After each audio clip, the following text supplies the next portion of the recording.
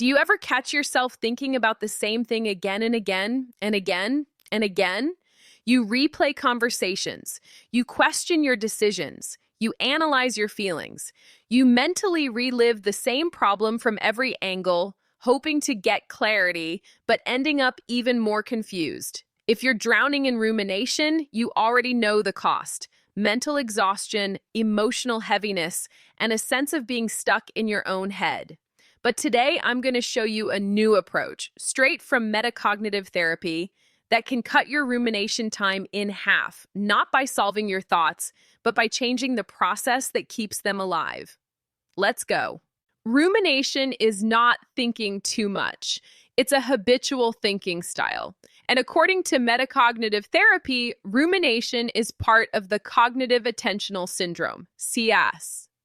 Repetitive thinking, analyzing your feelings, revisiting the past, searching for answers inside your head, trying to figure out why you feel the way you do, scanning your mind for insight.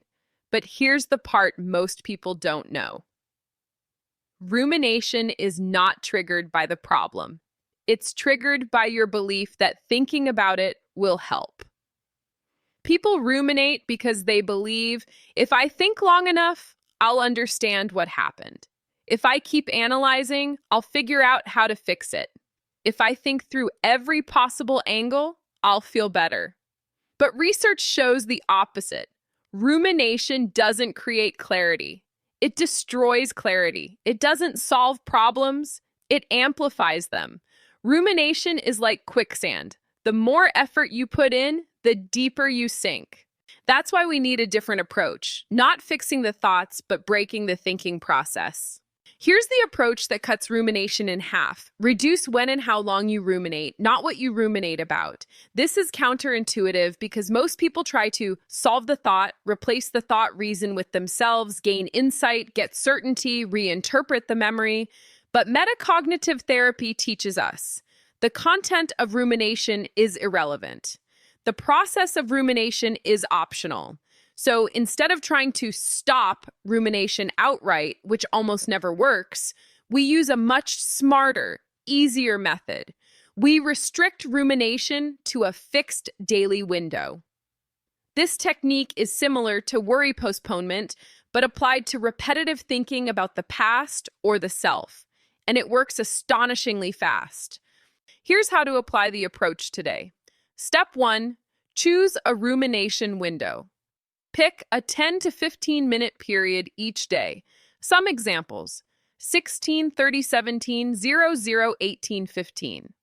This is your official rumination time. You are allowed to think about whatever you want during that window. Step 2. When rumination appears during the day, use this rule.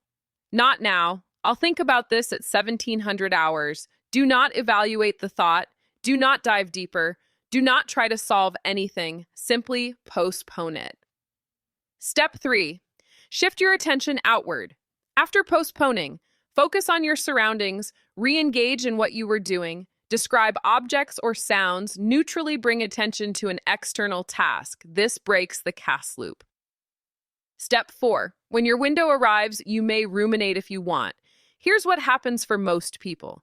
They sit down at 1700 and realize, I don't even feel like ruminating. The thoughts don't feel as heavy.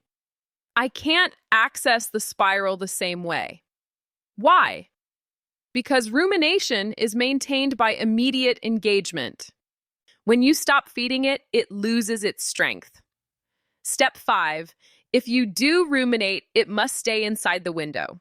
This teaches the brain rumination is deliberate, not automatic. I have control over when I engage. I don't need rumination to manage emotions. Rumination is just a habit, not a necessity. After a few days, rumination time naturally shrinks.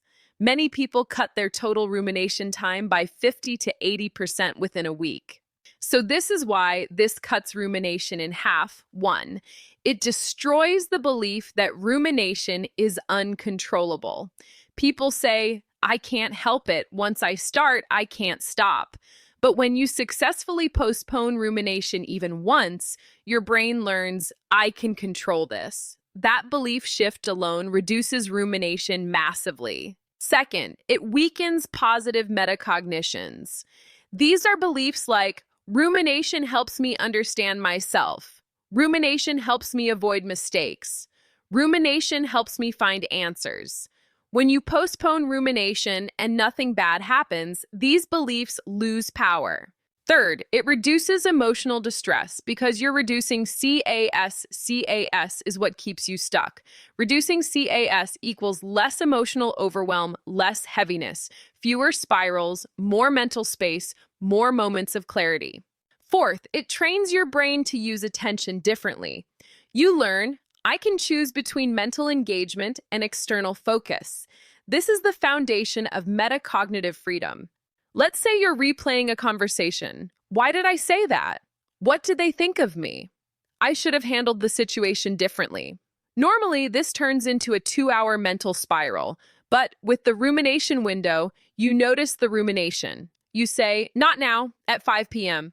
You redirect attention outward. At 5 p.m., you sit down, and suddenly, it's quieter.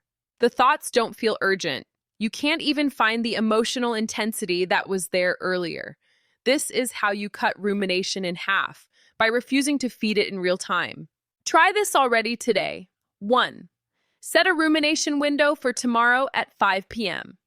2. Any rumination that appears gets postponed. Your script, not now. Tomorrow at 1700 hours. 3. Shift attention outward immediately. 4. At 1700 hours, sit down for your 10 minutes. Whether you ruminate or not, the technique still works. By tomorrow night, you will feel less mental heaviness, fewer spirals, shorter rumination episodes, mental breathing room. This is how it starts. You don't have to fix every thought. You don't need to analyze every feeling. You don't need to solve every memory. Rumination is a process, not a truth, and processes can be changed. By choosing when you engage, you're teaching your brain that rumination is optional, not automatic. If this helped you, make sure to subscribe for more metacognitive tools that help you create a calmer, lighter, more spacious mind. And tell me in the comments, what do you tend to ruminate about the most?